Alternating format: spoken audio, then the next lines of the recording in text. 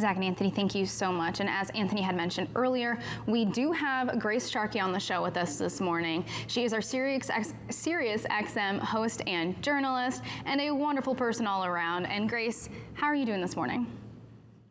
Well, I'm doing good. It's Star Wars Day, so may the 4th be with you.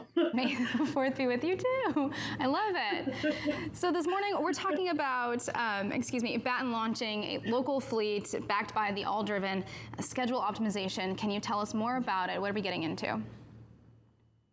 Yeah, so Baton is known for their relay networks, right? So what they do is they help carriers and shippers bring their trailers to certain endpoints in congested cities, focused right now on LA, and then they help make the distribution center deliveries from there, which is very helpful, especially in a city like LA that's built purposely so that the distribution centers are further away in a different part of town than around near the ports or places that you would likely see those centers, and two are just overly congested. We all know what traffic is like in LA. Most of us do. So you don't want a driver wasting hours sitting there. So they create these awesome relay networks in order to make those deliveries and help save driver hours. Now, what's really interesting is speaking with them is that they're starting to diversify their own portfolio.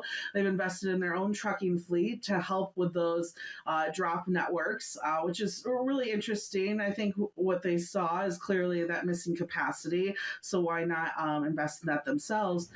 But two, and this is what I love about freight tech, and I think what we'll start seeing over the next couple of years is all this investment in data, all this investment in these use cases, right, are starting to finally pay off as they're building out software that will soon be able to be offered at some point to carriers and shippers and possibly brokers directly. So after all of these about 2 years of creating these networks and delivering these products and learning about these distribution centers within LA, they now have the power and the machine learning capabilities to put that towards optimizing software for a driver's day. So what they're able to show me and what we've showcased as well within the article is their planning demo for their actual planning software. And what's really interesting is they just put in there all of the schedules and deliveries needed to be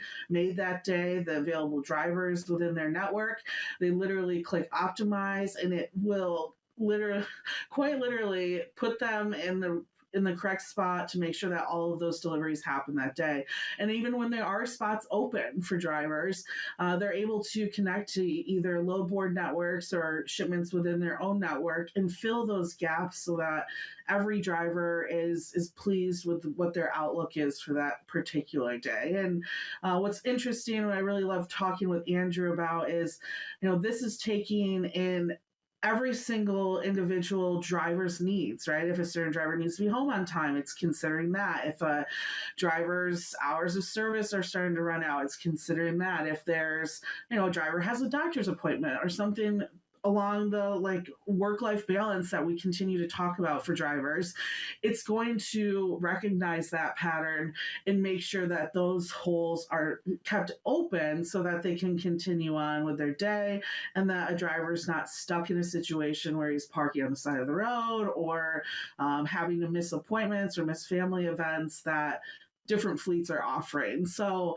what I really like about this is you're starting to see all of these data-driven initiatives, whether it's visibility, which we'll get to in a second, or a situation like this where we're building out relay fleets, relay operations. We're now learning from that. These machines and these analysts are starting to actually understand how to build these networks, and these problems that freight tech has been trying to solve are going to actually really see those solutions on the horizon. And Grace, can you talk to some of the other implications around this? So when I think about this really being beneficial to the drivers, that can also potentially help with driver retention. That's another big one that is always really on top of people's minds. And also, it seems like the goalpost keeps getting moved back further and further with a lot of different types of autonomous initiatives, but this seems like something that can come out and be utilized a lot sooner. Great points. Yeah, on the autonomous side, yeah, this is the perfect place to put those fleets, right? So once those get up and rolling, you could easily put those autonomous vehicles into that same software and be able to dispatch them appropriately as well. And yeah, on the first point, imagine being a carrier and saying, "Hey, we deliver all over the U.S., but you're not going to have to deliver in the cities of L.A., New York, Atlanta, because we have relay points set up." I mean, that's a great recruiting point right there, and that's a great retention point, right? Like that's the biggest thing that we're working on is the retention of drivers. The recruiting aspect is there. We just need to keep them in one trucking seat instead of having to hop from 3 throughout the year. So, yeah, I think there's so many different applications that you can consider. I mean, even a brokerage could be able to offer their shippers, hey, the ability to drop their trailers and rely on this relay network to make those last mile deliveries. Grace, you'd mentioned visibility earlier, and I'd like to get into that. What would you say? Yeah, so on the visibility side, today we have a really fun announcement with a company called PackSafe. Again, really excited because this is another situation where we're looking at all of this work in visibility, whether it's from different hardware solutions like Tive, for example, or if you're looking at a company like Project 44. Now we're going to make all of this data actionable, and we're going to be able to plan ahead and really solve problems or see problems before they're happening, right? So they just announced that they raised an additional $1.5 million in capital from some of our friends right here with Peter Rentschler, the CEO of Metaphora, formerly known as Carrier Direct, who we have on the show quite often, has personally invested in this. Jet McCandles from P44. A really interesting firm, Venture 53, that just started in January, is their leader in this raise as well, and then Value Chain Ventures. And what I really like about PackSafe is they take, like we said, this hardware and the data behind a lot of these different supply chains, specifically the cold chain, which is perfect for you, right, Sydney? And they're able to actually see ahead of time and help shippers figure out where exactly the risk is. So when they use the system, let's say a shipper is going to choose carrier A, a risk score will be associated with that based off of the trailer analytics they pull, based off the carrier analytics they pull from the FMCSA, based off of past shipment data. And they're able to say, yeah, this carrier should work or possibly won't work, or the age of their equipment, there's a 20% chance that the temperature could fluctuate. And honestly, they've even been able to predict up until a couple hours ahead of time when a temperature fluctuation could actually happen. So imagine supply chains like vaccines or more perishable goods. This is something that is going to really help sustain those supply chains as a whole so that we don't see waste and we see a more sustainable supply chain at the end of the day. So this is, if someone was saying, hey, what companies are you watching just to see how they continue to add value to freight tech and supply chains, this is for sure one, because they aren't even focused on the hardware side of it. They just want to be able to take all this data and help others learn from that over time.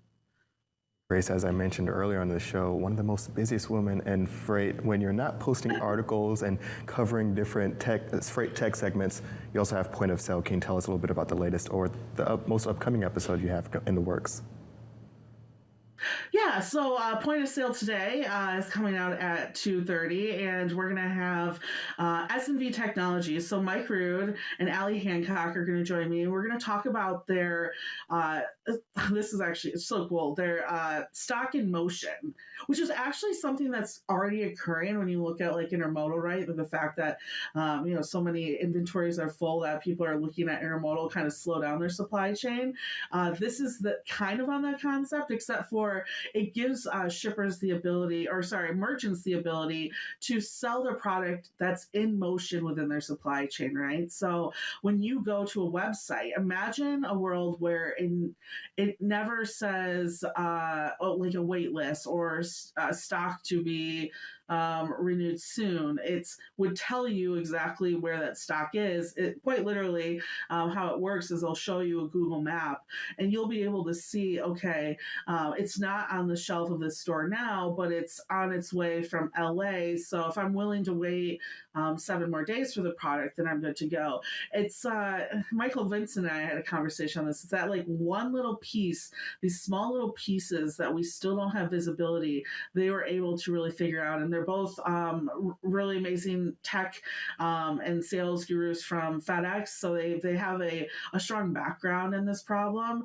And the two of them just decided, you know what, let's split off from FedEx and start really fixing this and working on this. And so we're going to talk about that in general today on Point of Sale. Grace, thank you so much. We will definitely be checking in with you on that. Now we are going to head over to weather with Nick Austin, and he's going to tell us what we have to look out for.